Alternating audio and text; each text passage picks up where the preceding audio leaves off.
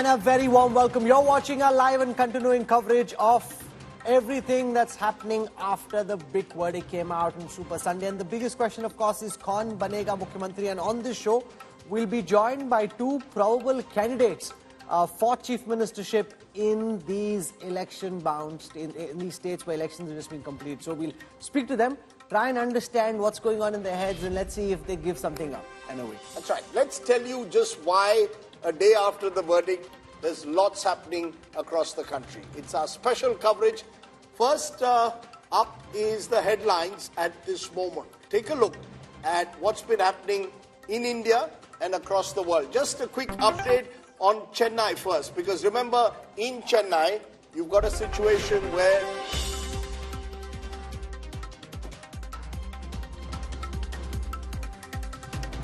but then you go and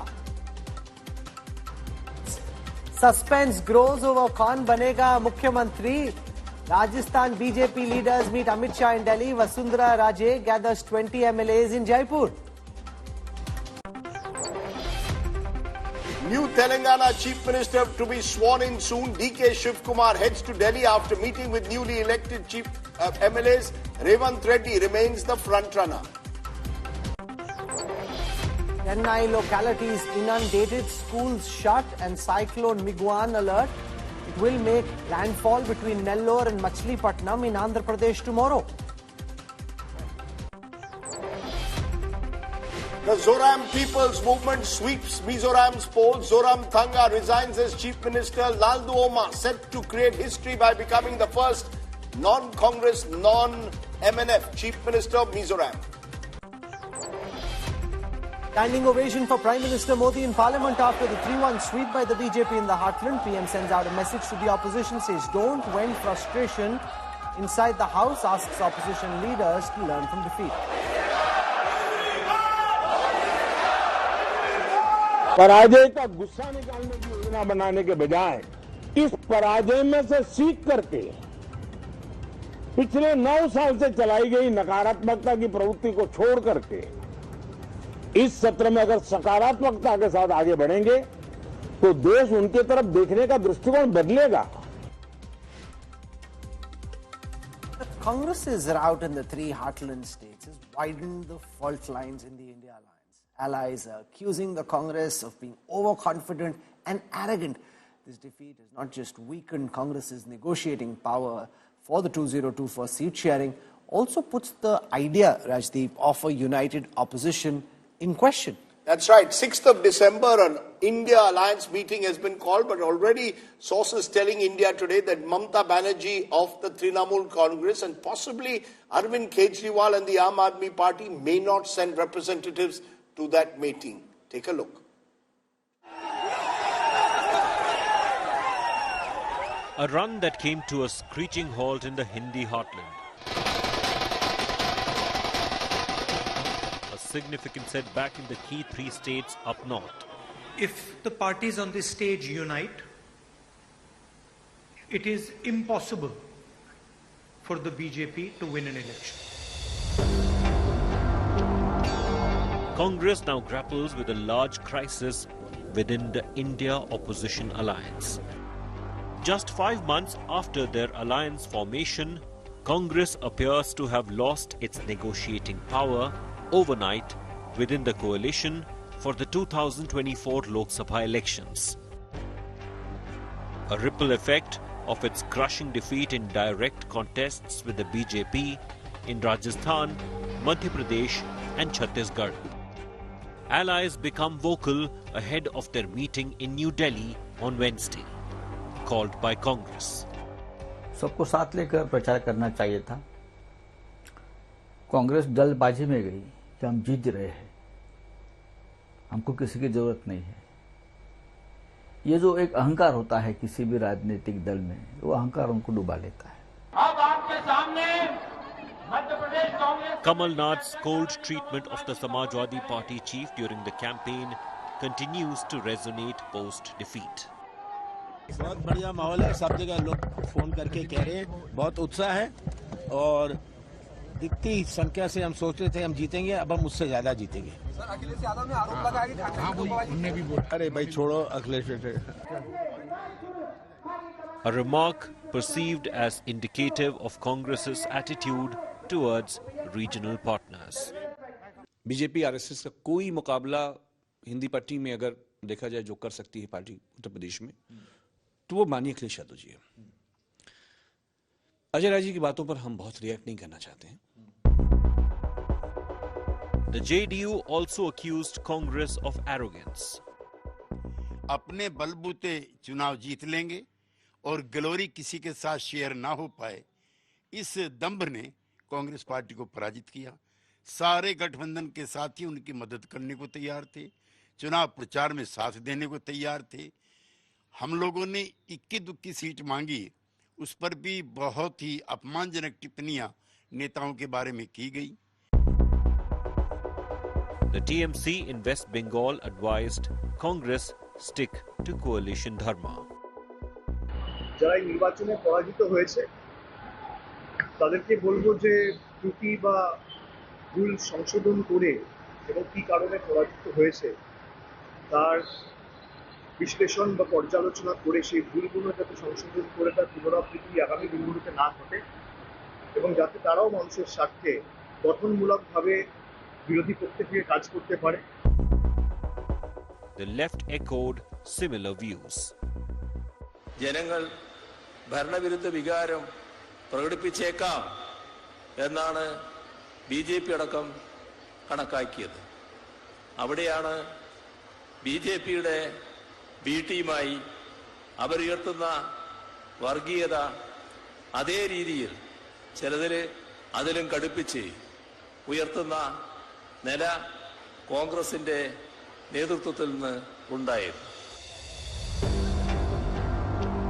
Its hopes of an upper hand in the potential seat-sharing talks for the big 2024 general elections seems to be dashed for now. Bureau Report, India Today. So let's go to one of our newsmakers. We are joined at the moment by the former Deputy Chief Minister of Chhattisgarh, TS Singh Deo joins us. Mr. Singh Deo, appreciate you joining us at a time when I know the Congress hasn't done well in Chhattisgarh. You lost by what, just less than 100 votes. Explain what you believe is the reason for the loss in Chhattisgarh. Unexpected. For the media or otherwise, we were putting out in for the morale of our workers 75 plus, and you always keep a high goal to reach. Whether you actually are able to get there or not, nobody would be fighting for 46 seats if the halfway mark is 45. That apart, we were well aware that it is going to be something between 50 and 60, 52 and 62. It is very likely to be something around there. Unfortunately, we have not been able to meet that mark. A lot of assessments were made, and what went wrong, Mr. Singh Deo? What if you were so confident? You were talking about 75 plus. You're telling me your internal survey said 52 to 62. You end with just 30 odd seats. Something obviously went terribly wrong. You end up with 35. What went so drastically wrong? We have to look into it. We have to take the reports from all the regions. Not very difficult to see where we are to look for those details, because we have lost out. Show them on the election intelligence dashboard, and we can do a postmortem right now, Mrs. Deo. So here are two things I want to show. So first, I want to show what happened in Sarguja. Remember, TS Singh Deo comes from Sarguja, and one of the reasons that the Congress did really well in the last elections is also because the Congress was able to send the message that if the Congress party does well, then TS Singh Deo might be a potential chief minister. So if I look now at the Lok Sabha of Sarguja, which has 8 assembly segments, the Congress has been wiped out in Sarguja. The BJP has all 8. Remember, in the tribal dominated belts in Bastar and around Sarguja, the Congress had done really well last time. If I show you how the tribal dominated seats of Chhattisgarh have fared this time around, remember, these aren't just tribal reserve, these are tribal dominated, where the percentage of tribals on that seat is more than 20%, on 47 such seats. the BJP is up a whopping 28 from the last time. They had only 3 tribal-dominated seats in the last election. From that, they're at 28 this time. The Congress is at 18, a whopping 24 down from the last elections. So 2 things. One, sir, personally, you couldn't hold on to your own. You should have delivered Sarguja to your party. You couldn't. And B, it seems like the tribal vote along with the South vote went away from the Congress to the BJP. Why did you all read the script so wrong? I don't think we read it quite as wrong as is being made out. We were hopeful. What happened in the last couple of days, I really cannot pinpoint at the moment. But like you're saying, Congress has been able to maintain its vote share overall. You've been showing it in your channels. We've been following you. And you are indicating that there's just a 0.4% drop in the Congress vote share overall. It is the BJP which has managed to gain about a 14% vote share. I don't buy that. Let me first show our viewers what you're saying.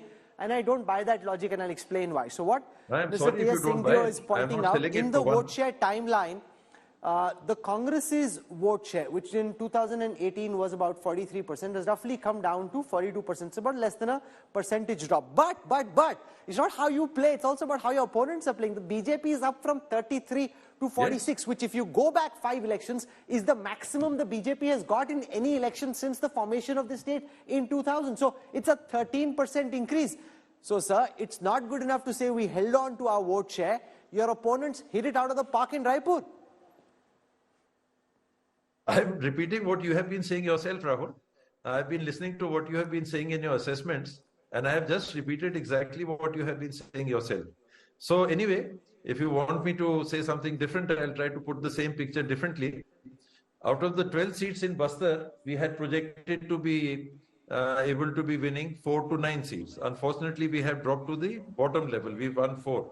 In Sarguja, we were sure of winning 2, and we were there in our assessment in all the 14. But as it has turned out, it has not proven to be so. Sir, can I ask a question about possible overconfidence on the part of Chief Minister Bhupesh Baghel? If you looked at even the BJP's internal surveys during the campaign, the Congress was in the lead, the BJP was trailing. So this is one of those campaigns where the BJP has literally managed to find a way of snatching victory from the jaws of imminent defeat. How did the Congress lose the plot midway in your view? They worked harder than us, that is for sure. We must give them credit for that. Mr. Amit Shah was here. He seems to be a brilliant sort of a strategist. And where credit is due, I would not hesitate to give them that credit. So they have done well. They worked well on the ground. And they managed to get this scenario. They've been able to get 54 seats. But you're not telling the full story, sir. A number of people that I've spoken to in the last day in Chhattisgarh are saying tribal concerns were ignored. You were also denied chief ministership under a so-called rotational promise made by your Congress leadership. This angered your supporters. Tribal concerns in Bastar, whether it's Tenduli pickers, whether it's the police firing case, whether it is religious conversion, on all these issues, the Baghel government was seen to ignore your interests, plus serious corruption charges eventually against the chief minister. Let's be honest, at least some of these factors played a role, yes or no? Would you like me to answer one by one or in general? You can tell me whichever way. I just want you to be honest this time. So, as far as the tribal concern is there, you have voiced the issues of 2 regions. One is Sarguja, one is Bastar. The Sarguja region did have this murmuring that there was a possibility of me being made the chief minister. There is a little doubt about that. And it somehow didn't materialize. That's an internal party matter. And I'm perfectly okay with that. There may be a sense of disappointment amongst the people. I will not deny that. That is as far as Sarguja is concerned. As far as the Bastar region is concerned, and in general where the tribal community is concerned, they had been, and all of us had been pushing for formation of the PESA rules. The act has been there for decades, but the Chhattisgarh government, succeeding governments had not been able to frame the rules. So there was discontent about that. This Jal Jangal Jameen issue we have been hearing for a long time. We have the Naxal issue, particularly in the southern region, that is the Bastar region. And they have been egging a section of the tribal community to sort of bring up these issues. So between that, we had a fairly large number of consultations with the representatives of the tribal community, inter-party, cross-party, neutral, Sarv Adivasi Samaj. I'll elaborate on that too. And we came to agreements on most of the issues. There was just one major issue. Otherwise, if you see the rules as they have come out, the PESA rules, I think they're pretty good. So there was one contentious issue regarding land, whether the Gram Sabha should have the right of giving consent or would there be consultation. This is the touchiest issue which we were not able to deal in consonance with what some people felt, that the right to consent should be given to the Gram Sabhas. So that apart, I think the PESA rules were framed pretty well. Even some sections of the IPC, the powers were given to the Gram Sabhas, 26 or 28, I'm forgetting which number. So they were given their own bank account was given, they would have their own account was given, rotational heading of the Gram Sabha by those who have not participated in the Panchayati Raj election, rotational one lady, one Mr. Deo, I'm going to ask you one quick question, sir. Very often, those were given. Mr. Deo, very often parallels between you and Sachin Pilot have been drawn, and you on my show once told me Sachin is in his 40s, I'm in my early 70s. Tomorrow, in all probability, Sachin Pilot will be given charge of Rajasthan. Where do you see yourself from here, sir? You are in your early 70s. What now for TS Singh Deo? Anything that is given to me by the party which I can do, I will gladly accept. You're not hanging up your boots, sir. You're on ground. You're looking for a role. Not after losing. Had I won, then I had said that this would be my last innings. Yes. But I am not a person who will be leaving the field after losing the match. So I am going to be very much there. I'll be trying to cover up the mistakes I have made. Because the buck lies there. It starts and ends at my doorstep. If I have not been able to win the Vidhan Sabha, I am to be questioned. If I have not been able to deliver Sarguja, I am to be questioned. So if Lok I have Sabha, not been sir, able to help the at? party in getting a majority in Chhattisgarh, then I am to be questioned.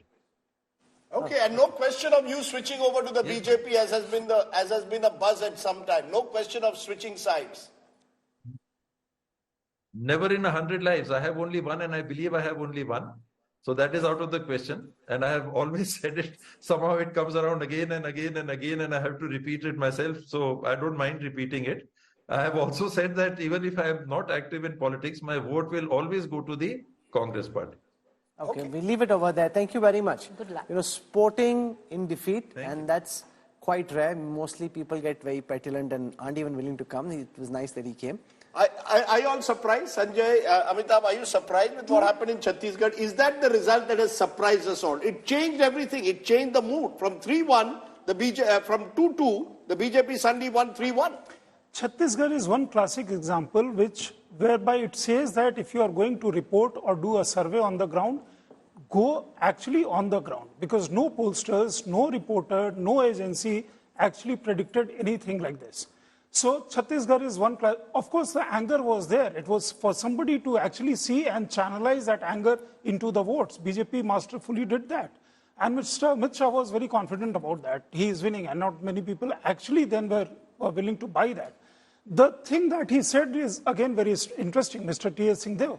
He said in his own assessment, they were getting 52 to 62 seats, their own survey still last. I think they should sack all those pollsters, all those agencies and all those advisors. No, I don't agree with this. And I'll explain why. No, once again, once a poll goes wrong, to give polling a bad name is very easy. Here's essentially what can happen. And I want to paint a scenario, and I want you to think about it as I say this.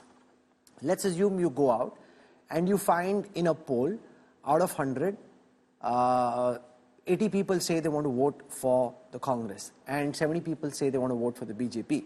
The pollster will come back and say that there are more people wanting to vote for the Congress than there are the BJP.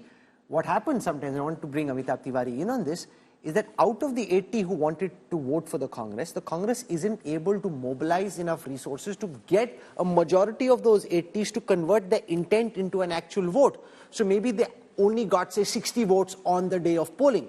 the BJP, even if in that poll it had only 70 people saying it wanted to vote for it, was able to get 65. So 65 plays 60, the BJP still wins. It doesn't mean that the polling is wrong. It means there are limits to what polling can show, and that the BJP, because of their phenomenal campaign machinery and organizational strength, is able to make those last minute, last mile tweaks, which the Congress in its current avatar can't. Yes, so, your graphic shows BJP gained 13%. Yeah. That's a whopping percentage for somebody to. No, the point I'm making about polling is in general. Oh, no, this is of course very different. The point I'm making is that a stronger organizational base on the ground, more last mile connectivity, helps ensure you get more people to the booth. Take, for example, a typical Congress family. And since so much has been said, I was very keen on putting it out there. They may go out and vote themselves, but if there's a grandfather or a grandmother, they may say, "Theek hai, aap raho, aapko." In the BJP, a lot of effort that Amit Shah and the others make is on getting that older person or the really young guy who may be going to college, or you don't want him to bunk a day at work, so you say, "Tum jao," doesn't matter. Getting that person towards every extra person, and if in each family you can find one or extra person, in the end it can make a big difference, Amitabh. Yes, so opinion poll is an intention to vote, as you said. But exit poll is people who've actually voted where. Correct. Now, there was disillusionment in MP also. But people are not going to go automatically and vote for the Congress party, as you said. There has to be a mechanism to convert this disillusionment into anger and into actual voting on that day. Absolutely. The BJP, because of its last mile connectivity and Panna Pramukhs and the extensive micromanagement, was able to get out almost all the people who were disillusioned with the Baghel government in Chhattisgarh, whereas in Madhya Pradesh, Congress was relying on people themselves to come out, because even in Telangana mein hua. जैसे कि हमको public जिताएगी Telangana. No, but that just means, Rajdeep, that when Janta jita de, the Congress jeet jaye if it's a tight. Like, listen, India versus Australia, tight match. If it's a tight match, India has to do the little things that are required to win. You can't be, okay, if this guy hits a century, that guy hits a century, then we'll win. You have to win the tight moments in an election. You know, I think elections, particularly tightly contested elections, are won by last mile connectivity. We've seen it. The Labharti schemes are not given enough of importance in our election analysis. The BJP consciously has targeted all the Labhartis in Madhya Pradesh. In Chhattisgarh, they announced the Matra Vandana scheme, said we'll give 12,000 rupees to women, and that made a huge difference, because it suddenly meant that the BJP was able to almost, Modi ki guarantee. This is where Mr. Modi's trust factor comes. People trusted the Prime Minister that when he says this, they'll deliver it. But the BJP takes its messaging down to the last level. You can't just do it at a rally. If you're doing it over a year, I was just reading this article on Madhya Pradesh, where 40 lakh workers of the BJP over the last 12 months at the booth level have been consistently sending out the messages of the various beneficiary schemes. I recall even before the general election, the BJP has call centers where you're ringing up the beneficiaries, and digitization, Rahul, allows you to connect to the last mile person and inform him, tell him or her the benefits that you're already getting. Now, the Congress doesn't do that even in the state. You look at Rajasthan. Huge posters of Mr. Gehlot and the various schemes. But unless I am able to, through my booth workers, connect to them, bring them to the polling booth on voting day and tell them that, you are voting for the Congress because ABC schemes have been done for you, you don't win. I think it is... No, but what does the Congress do instead? Their leader will come from Delhi or wherever, or from the state capital, wave out, say a few things and go back. That's a very old style of political management. That's what I'm saying. That's not good enough. The only way the Congress can win in such a scenario is jab janta jitati. Yes. There's so much anti-incumbency that people are so fed up and frustrated with the government of the day that they go, which is what frankly Kamal Nath was expecting and hoping for. No, it didn't happen. So if it's a tight match where you need to punch as hard as you're being punched, the Congress against the modern day BJP will find it very difficult. It's not as if Ashok Gehlot's government or Bhupesh Baghel's government didn't have welfare delivery schemes. And some of those welfare delivery schemes, whether it's for farmers in Chhattisgarh or indeed on health insurance in Rajasthan, are on paper very good schemes. You have to then take those schemes that are on paper and take them down to the last level. Mr. Gehlot's team tried this communication only in the last phase of the campaign, that too more at the macro level. You have to do the micro management. This is where the BJP is scoring. Look at the number of nights Amit Shah spent himself in Madhya Pradesh and Chhattisgarh. He didn't take up Rajasthan because he thought that's too easy. There's more likely a chance that you will win. He went to where their internal survey was showing they weren't winning. I know someone whom Mr. Amit Shah had deployed for Indore. Let me even name him. Vishwajit Rane, the Goa minister. He's going from Goa. He was told 2 months before the election by Amit Shah ji that you have to spend the next 2 months in Indore. And every day you have to send me a report after having connected with the booth level workers. What exactly have you done in terms of connecting to beneficiaries of government programs? Now this level of micromanagement, you should be able to at least do it in the states which you are in control of, like Chhattisgarh and Rajasthan. Because there you've got the machinery. If you're going to go off to Southeast Asia now for a week, it's not going to work, right? No, why should... You see, my point is, this should be done by the chief. The Congress adopted a model in these elections that we are giving Ashok Gehlot and Bhupesh Baghel, aap sambhal lo, Chhattisgarh and Rajasthan. The buck at one level stops with the chief minister. At another level, Mr. Gandhi or whoever is in the Congress in Delhi needs an Amit Shah equivalent who's going to monitor this, right? You don't want to do it, at least delegate it to people who will do it for you. You see, Narendra Modi ji at one level has very astutely placed Amit Shah in that position where Amit Shah is the one who's the chief strategist. I think it's incredible how Amit Shah has been in Madhya Pradesh and to some extent in Chhattisgarh been able to do this micromanagement. Even, the decisions taken on how do you reach out to the Sahu community specifically, how do you reach out to women, how do you reach out to tribals in Chhattisgarh? Look at who are discontented. So you see, this requires that last... It requires somebody who's very passionate about elections. Absolutely. Absolutely. You cannot think that elections is just one of the things we do. Yeah, please. In any war, you have to first do a SWOT analysis. Congress from day one in Madhya Pradesh, we are winning. Whereas BJP in August is on the back foot and saying that we are losing, we are trailing. Send Vishwajit Rane for 2 months to Indore. Send XYZ for 2 months to this place. That's number one. And you mentioned about the beneficiaries. 28% people who have backed BJP in Madhya Pradesh are beneficiaries of central and state government. 28%. 28, the highest. Third factor, you mentioned about Gehlot. See, Gehlot launched 20 schemes at least in the last 1 year. Not one of them is a cash transfer scheme. Mamaji launched just one scheme, Ladli Behna, cash transfer scheme, immediate impact. See, we spoke about it in one of the programs. Being a card holder does not mean I'm a beneficiary. If I have a card of a 50 lakh, Ayushman, what do I do with it? I become a beneficiary only when I fall sick and I go to the hospital. No, there's a big difference. Bhupesh Baghel's scheme for farmers was one where there was direct cash transfer taking place. It's not as if there were no scheme. It is also your ability to ensure that the delivery is extended to each and every beneficiary. It doesn't only go, there are no leakages. And then when you deliver, you ensure that your party machinery system convinces those people that these benefits are coming with the chief minister, and therefore there's a connect. Now, Congress, there is no consistency with Ashok Gehlot. Ashok Gehlot did it in the dying hours of a campaign in the final 1 year. You have somebody like Shivraj Singh Chauhan, for whatever, give him credit. He's not earned the reputation of being mama for no small reason. He's done it before. It's a 10-year program, which he's only bolstered now. No, but if whenever there's a fight between a slick, well-oiled BJP machine and this ragtag Congress, unless people are wanting at that moment for the Congress to win, which could well be the case in Karnataka, which could be the case in Telangana, massive anti-incumbency against the state government, then you can win. Guess how many promises the Congress made in its manifesto in Madhya Pradesh? Guess. 59. No, 1,230. 1,230, including setting up an IPL team. Now, you do 1,230 promises, they get lost in the, in the detail. You see that manifesto. You need 4 or 5 promises that are clear, that a person knows कि अगर मैं कांग्रेस की सरकार बनाऊंगा और बनाऊंगा तो I will get A, B, C, D. That's all. I don't need 1,230 promises. This guarantee playbook came from the number that you are talking about. Sure. The so promises. we want to go across to Vishnu Deo. He's the tribal face of the BJP. One of the big things that we saw was the tribal voters in Sarguja, in Bastar, voting for the Bharatiya Janata Party in this election.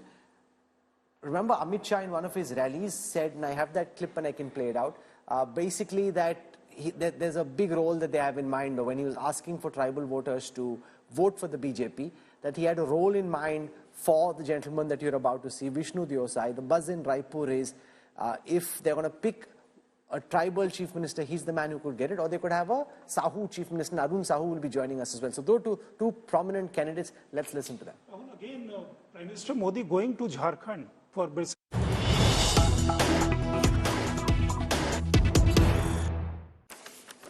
I want to go across now to one of the key contenders for the post of Chief Minister in Chhattisgarh. And the reason I say that his name is doing the rounds in BJP circles is because when Home Minister Amit Shah had travelled in the Sarguja tribal belt, he said, "Inke bare mein humne bada socha hai." So he's a prominent tribal leader. One of the problems with the original BJP under Dr. Ramana Singh in Chhattisgarh was it was seen as a party of the upper caste in largely a tribal state. So Vishnu Deosai joins us. He's headed the Chhattisgarh BJP multiple times. He's been a union minister. Vishnu Desai साहब, स्वागत है आपका।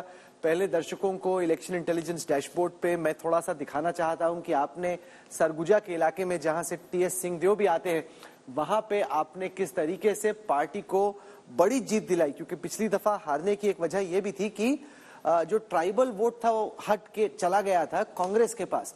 तो खुद ये एक tribal seat है कुनकुरी, जहां से विष्णु देसाई आते हैं। There it is marked out in purple on your screen.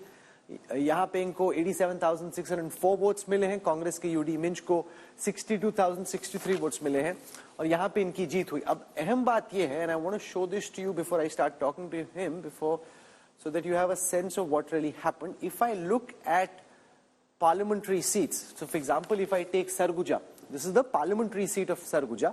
There are 8 assembly segments in Sarguja. The BJP has won all 8 assembly segments. All of this is a lead from the last time. Last time the Congress had 8. This time it is the BJP that has 8 seats in Sarguja, which means the tribal voters of Chhattisgarh who backed the Congress last time, ditched the Congress this time and came over to the BJP. So Vishnu Deosai, स्वागत है आपका। पहले तो ये बताएं कि जिस तरीके से सरगुजा के बेल्ट में जहां पे बड़ी लड़ाई थी आपकी टीएस सिंह देव साहब के साथ, बड़ी लड़ाई थी कांग्रेस और बीजेपी की, और ऐसा एरिया जहां पर पिछली दफा कांग्रेस ने बड़ी जीत दर्ज की, वहां पे आपने कांग्रेस को ध्वस्त कैसे कर दिया?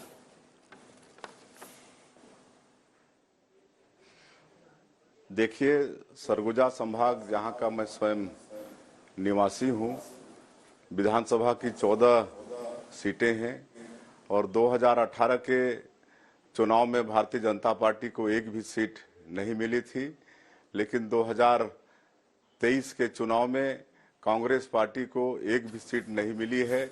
पूरी की पूरी 14 विधानसभा सीट भारतीय जनता पार्टी को मिली है। ट्राइबल बाहुल्य संभाग है। उनका कहना है कि पिछले 2018 के चुनाव में हम लोग कांग्रेस पार्टी के लोक लुभावन घोषणा पत्र में आ गए थे, ठगा गए थे, और इस बार नहीं ठगाएंगे, ये जनता कहती थी। और 14 के 14 सीट में सरगुजा संभाग के मतदाता भारतीय जनता पार्टी को प्रचंड मतों से जिताए हैं और सरगुजा संभाग से कांग्रेस का सुपड़ा साफ हुआ है। Okay, I want to show something to our viewers as we continue this conversation. ये मैं आपको भी ट्राइबल सीट्स का सिचुएशन दिखाता हूं छत्तीसगढ़ में। अगर मैं सिर्फ ट्राइबल सीट्स लेता हूं, ये वो सीट्स हैं जहां पे ट्राइबल्स की पॉपुलेशन 20% से ज्यादा है। So it's not just the seats reserve for tribal, these are seats with 20% plus tribal population. ऐसी 47 सीटें हैं, जिनमें से इस दफा बीजेपी ने 28 दर्ज की हैं। पिछली दफा बीजेपी की यहाँ पे 3 थी, यानी कि 25 सीटें बीजेपी इन ट्राइबल सीट्स में गेन कर चुकी है। कांग्रेस की इस दफा 18 है, 24 उनकी डाउन हुई है। अगर आप पिछले चुनाव से तुलना करते हैं तो ये सबसे बड़ा फैक्टर है कि छत्तीसगढ़ में बीजेपी की इतनी बड़ी जीत दर्ज की हुई। तो न केवल सरगुजा इलाके में, बल्कि ये जो 47 हमारे इलेक्शन इंटेलिजेंस डैशबोर्ड में शेड्यूल्ड ट्राइब डोमिनेटेड सीट्स हैं, वहां पे तो पासा पूरा पलट गया। कांग्रेस 24 डाउन है, आप 25 अप है। 28 सीटें आपकी यहाँ पे ट्राइबल डोमिनेटेड सीट्स हैं, और ये बस्तर के इलाके से भी आती हैं और ऊपर नॉर्थ में सरगुजा के इलाके से भी आती है। इनको माइनस कर दीजिए तो भूपेश बघेल तो जीत ही रहे थे।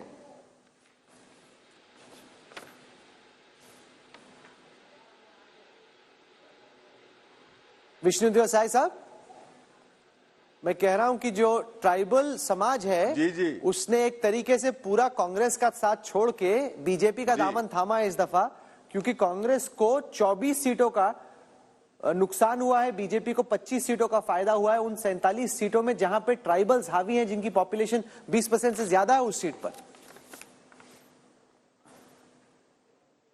जी, मैं स्वयं ट्राइबल कौम से आता हूं और कांग्रेस पार्टी ट्राइबल कौम को सिर्फ वोट बैंक के रूप में इस्तेमाल करती रही है और जितना सम्मान भारतीय जनता पार्टी में ट्राइबल कौम को मिला है उतना कांग्रेस पार्टी में नहीं मिला है। आज देश का जो सर्वोच्च पद है महामहिम राष्ट्रपति का, उसमें भी एक हमारे कौम की महिला श्रीमती द्रौपदी मुर्मू कायम है। और जब अटल बिहारी वाजपेयी जी इस देश के प्रधानमंत्री थे तो उन्होंने ट्राइबल कौम का समुचित विकास हो इसके लिए अलग से ट्राइबल मिनिस्ट्री का गठन किया और प्रदेश की सरकारों में भी हमारी सरकारें अलग से प्राधिकरण का गठन करके ट्राइबल कौम का समुचित विकास हो इसका प्रयास किया। और हमारा कौम आज जान चुका है कि वास्तव में ट्राइबल का हितैषी कोई पार्टी है तो भारतीय जनता पार्टी है। कांग्रेस पार्टी सिर्फ वोट बैंक के रूप में इस्तेमाल करती है। पिछले बार 2018 के चुनाव में बड़े बड़े लोक लुभावन वादों के कारण ठगा गए थे। इस बार हम जब चुनाव में उनके बीच में गए तो सहर्ष उनका कहना था कि 2018 में हम ठगा गए हैं, इस बार हम लोग कांग्रेस के ठगावे में आने वाले नहीं हैं और इसीलिए अधिकांश सीटों में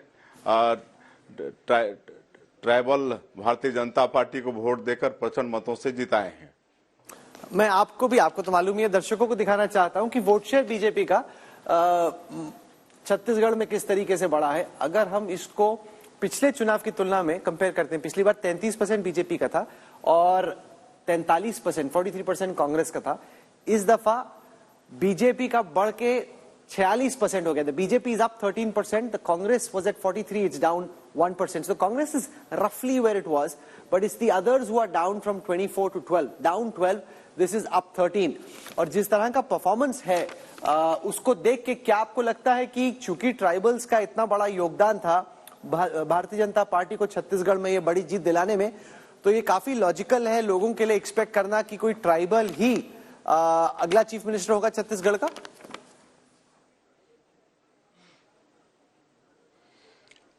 देखिए, भारतीय जनता पार्टी में मुख्यमंत्री कौन होंगे इसका तय करने का काम हमारे राष्ट्रीय नेतृत्व को है, जो संसदीय बोर्ड होता है उनको है और इस बार भी छत्तीसगढ़ में वही होगा। हमारा राष्ट्रीय नेतृत्व ही यहाँ पर मुख्यमंत्री तय करेंगे। नहीं, पर जब गृह मंत्री अमित शाह आए थे और वो हर चीज जो बोलते हैं बड़ा केयरफुली बोलते हैं, तो उन्होंने जिक्र किया था कि इनके लिए हमने कुछ बड़ा सोचा है। उन्होंने जब बोला ट्राइबल्स वोटर्स को उन्होंने वोट मांगा, उन्होंने बोला कि आपके लिए कुछ बड़ा सोचा है।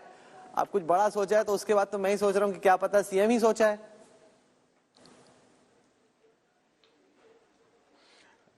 नहीं, ऐसा नहीं है। अब बड़ा सोचे हैं तो वही जानेंगे कि क्या सोचे हैं।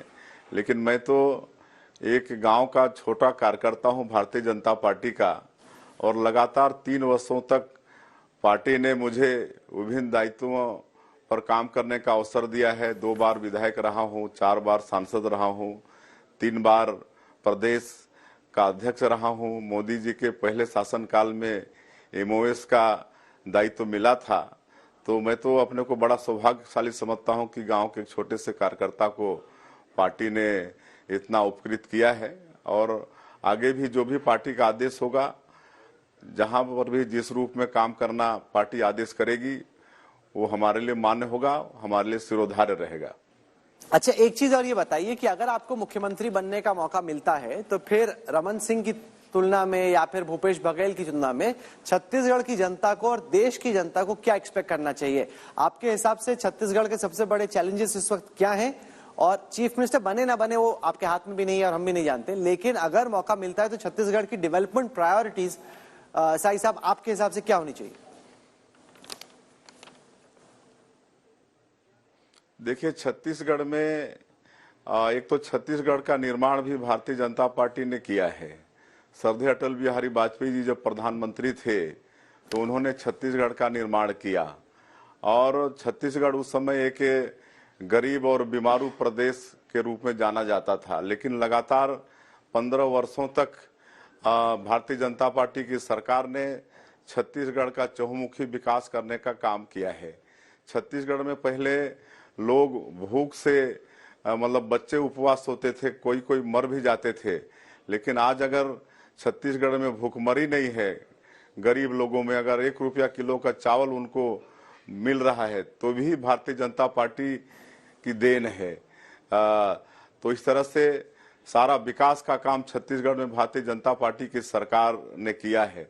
चाहे वो गांव-गांव को डामर रोड से जोड़ने का काम, प्रधानमंत्री ग्राम सड़क योजना हो, या जितने नदी नाले हैं उसमें बृहद पुल का निर्माण हो, या फिर विकास खंड स्तर में कॉलेज की स्थापना हो, चिकित्सा के लिए अस्पताल की स्थापना हो। सारा विकास का काम छत्तीसगढ़ में 15 वर्षों में भारतीय जनता पार्टी के सरकार ने किया है। जितने भी शिक्षण के संस्थाएं हैं, engineering college, medical college, ITI, IIT, ये सब सारा जो शिक्षा का वो है, सब कुछ छत्तीसगढ़ में भारतीय जनता पार्टी के सरकार ने किया है। चलिए यहीं पे इसको रोकते हैं, अब देखते हैं कि भाजपा क्या अनाउंस करती है। आपको काफी ट्रिकी सवाल पूछे गए, लेकिन आपने बड़े होशियारी से जितना जवाब देना था उतना ही दिया, उससे ज्यादा बोला भी नहीं और बोलना भी नहीं चाहिए, क्योंकि वाकई में फिलहाल किसी को कुछ आइडिया नहीं है। लेकिन दर्शकों को ये बता दें कि 2 लोगों के बारे में बीजेपी के टॉप राइजर्स ने कहा था कि कुछ बड़ा सोचा है। One of course is Vishnu Deo Sai and the other is OP Chaudhary. So chief minister, deputy chief minister, is that what they have in mind? That's just conjecture, that's a guess, we don't know, and frankly neither does he, or maybe he does and he's not saying, but he said what he had to. Thank you very much Vishnu Deo Sai साहब। देखते हैं अगले 48-72 घंटों में क्या होता है। आप जुड़े हमारे साथ, बहुत बहुत शुक्रिया आपका, thank you. Okay, Rahul, since you've spoken to him, have you spoken, do you think, to the next chief minister of Chhattisgarh? Do you believe that they will push for a tribal chief minister? To say you know is to risk a very major thing on national television. That's not a smart thing. But we know that there were 2 people, the Home Minister in a public rally had said कि इनके बारे में कुछ बड़ा सोचा है to the tribal voters in that belt around Sarguja. One of them was the gentleman you just saw. The other was O.P. Chaudhary. So O.P. Chaudhary comes from an IAS background, potentially as a deputy CM and this guy as CM. But then, that's why there was massive buzz during the campaign that this guy could be chief minister, which is why a lot of the tribals did actually vote for them. But we also know that just because they said it doesn't mean that they'll ultimately do it. But you can't say this to the community and then walk back on it also. So therefore, he's clearly a front runner and a brave man to come on TV and talk about it. That's right. We'll see whether the social engineering plank plays a major role when the BJP decides on its state chief ministers. Rajasthan, Chhattisgarh, Madhya Pradesh, where decisions are still to be taken. There is also Telangana, Rahul, where we thought it was a done deal for Revanth Reddy, but typical Congress style, while we expect it to be Revanth Reddy, DK Shivkumar has to come to Delhi, meet the High Command, and then the final decision will be announced. So that's pretty clear, but you've got a guest coming in from the BRS. Keshav Rao joins us. He's the de facto number 2, if at all there is any number 2 in the BRS. 2K Chandrasekhar are definitely one of the senior most, and along with KTR also one of the most prominent. So Keshavji, thank you very much for joining us. It didn't end up well for the BRS in Telangana. Apart from everything else that you were saying on record, surely off the camera you knew that the situation was bad. Why do you think KCR did not get re-elected? Why did that idea of bye-bye KCR come true on counting day? What went wrong according to you? Well, Rahul, I am not apologetic, because even a channel like India Today, whom the other day I praised and said has a very good strike rate as far as the survey is concerned, has failed in Rajasthan, Chhattisgarh, Madhya Pradesh, even in Telangana. No. Keshav Rao, we must correct you. No, Keshav Rao ji, we got Rajasthan and Chhattisgarh. You can argue wrong. Mizoram we got Mizoram, Telangana and MP bang on. So it's 3-2, but so I just want to put the record straight, but go ahead. Well, I am correcting you also. I assert in the same fashion as you are doing. We are talking about figures now. I said I did fail you, not much in the figures, because I stuck somewhere at 44 to 45. And coming down from 88 to 44 was itself really a big downfall. I expected it. But what I asserted the other day with you, of course, the audio failed. I was asked that. I said we'll certainly form a government. Today, I am not asserting that. I am not holding on to that. But nonetheless, I tell you, today you have a government with 5 margin over the off-day mark. I wish my Revanth. I tell you, I am more a congressman than others because I had 50 years service in Congress. I have been the Congress president at a time when we gave Telangana. So yesterday you were thinking that the TRS got the Telangana. It was Congress who gave, and I was the president, both in CWC and also in the Pradesh Congress. So let us give the devil also the due. So everybody got. It is a people's movement, got it. But nonetheless, get back to our figures and also the performance today. You see, I know as far as the Congress is concerned, it is still struggling to choose its own leader. It must. I wish them all best because we have given them, or we are giving them, the state which is really well developed, a region which was considered to be the most backward in the country, and today it is vying for first place in the country in all the metrics of the economics. So, economic development. Ji, some of so the reports that we are getting are suggesting that in the Telangana political league there could be some switch hits.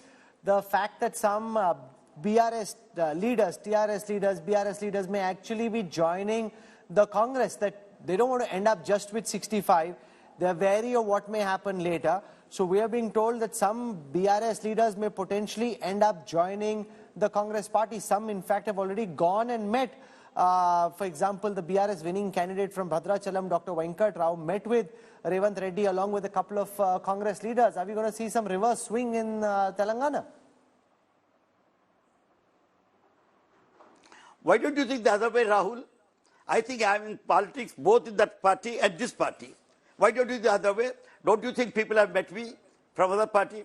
As you are thinking, Venkata had denied on the media that he had never and has no intention to join. Another man from Kaushik came onto the TV and said, till I die, I will be BRS. See, these things happen, Rahul, particularly when you have a thin margin of 5. A 6. Let me, because CPI also will include with them. No, so are you saying, Mr. Keshav Rao, that you are not ruling out the possibility that in the next 6 months, either the Congress will split or possibly the BRS will split?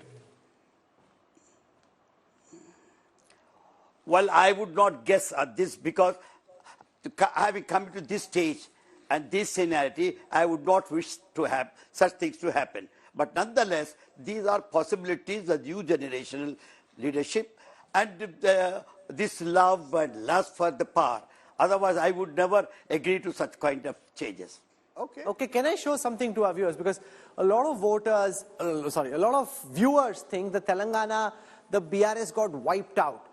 Actually, not quite. If you see the gap between the BRS and the Congress in terms of vote share, it is just 2%. So 39% for the Congress, 37% for the BRS, 14% to the BJP. So what happened between the last election, see how close those two curves are. If you look at the BRS, it's come down from 47 to 37. That's about a 10% gap. They've come down 10%. The Congress is up from about 28 to 39. They're up 11%. So that's a big change. But the gap between the two, Rajdeep, in the end was just 2%. So it's not as if the BRS got pummeled given where they were. But actually, in the end, it was a pretty close gap. If people were saying there's a chance that the BRS may be able to hold on, they actually almost did in terms of vote share. It's a 2% gap. Look, what happened here is if you even further dissect those numbers region-wise, you'll find an even more interesting scenario. The BRS dominated urban pockets, particularly Hyderabad region. It was in the rural pockets where you had the Congress get a huge leap up compared to what they got in 2018. So, look, all these states in terms of vote share, Rahul, when they become bipolar largely, the numbers will be close to each other. But you've got to see the BRS. No, but this wasn't bipolar, this was triangular. Yeah, but so look at 7% to 14%. BJP also gained 7% votes. Yes, but look at the others. The BJP in Rajasthan it's others, here it's the BJP. The fact at the end of the day is the Congress picked up votes from the BRS and they picked up votes that otherwise perhaps would have, had the BJP got more votes, for example, then the BRS would have been really in the game. The Congress was able to get the largest chunk of the anti-incumbency vote. So I want to show something very interesting to our viewers. Now just spare a moment as I explain what this means. So the Congress had 40% plus vote share on 57 seats. So they fought hard, 40% plus on 57 seats. The BRS had 40% plus only on 39 seats. So some of the seats they won were actually won with between 30 and 40. The BJP fought 40% plus only on 4 seats, 30 to 40 on 15. But the key point here, Amitabh Tiwari, is that the Congress had 57 seats where they fought 40 plus. So there more seats where they're fighting harder, 29 seats where 30-40. BRS actually on 60 seats it wasn't wiped out, but it wasn't fighting a good fight. See, in a triangular contest, if you have 57 seats getting more than 40% vote share, that is going to be a good result. So it's a triangular contest was only technically in 35 seats, 16 plus 15 plus 4. Because 20% plus is theoretically considered as a triangular contest. So on 25% of the seats roughly, there was a triangular contest. And here if you see the margins, on 4 seats, BJP got more than 40, on 15 and 16. If you see where these seats are, I would say BJP has even damaged BRS. No, it's not clear. On the Congress. No, the BJP's gain. The BJP was trying very hard to ensure that somehow the Congress doesn't gain because of the BJP's efforts. So what the data suggests very clearly is that the Congress did gain because of the BJP's bounce. It is, there are some sections where the Congress gained, there are some sections where the BRS gained. Look, it's not uniform across the state. Look at it as an aggregate. Had the BJP got a greater share of the vote, you might have had an even closer contest, especially in the north. Yeah. You see, the Congress gained in North Telangana, where the BJP expected to do well. But at the end of the day, in all these states, Jo Jeeta wo Sikandar. Absolutely. Every party is looking to clutch at these vote share figures. But they're very interesting because they bring so much nuance and layering. Otherwise everybody says, oh, Congress jeet. What they show is elections have become very competitive. Yes. And what it shows is the election intelligence dashboard is looking like a wow and rocking it. Really. Okay. It helps. Rajdeep, the number of top leaders, I can't name the leaders, but the number of top leaders who were watching and asking for particular cuts because the analytical capabilities of the election intelligence dashboard is more than what you have. You can ask for some of this data. It will take time to get it. But if you want it, you can say, okay, EI pe dikha do. So we're seeing that happen as well. There was a time when Pramod Mahajan used to carry a laptop and his whole smart team was there and people used to say, wow. Yeah, but we've gone well beyond that. We've gone well beyond the Pramod Mahajan era. EI is way beyond what Pramod Mahajan.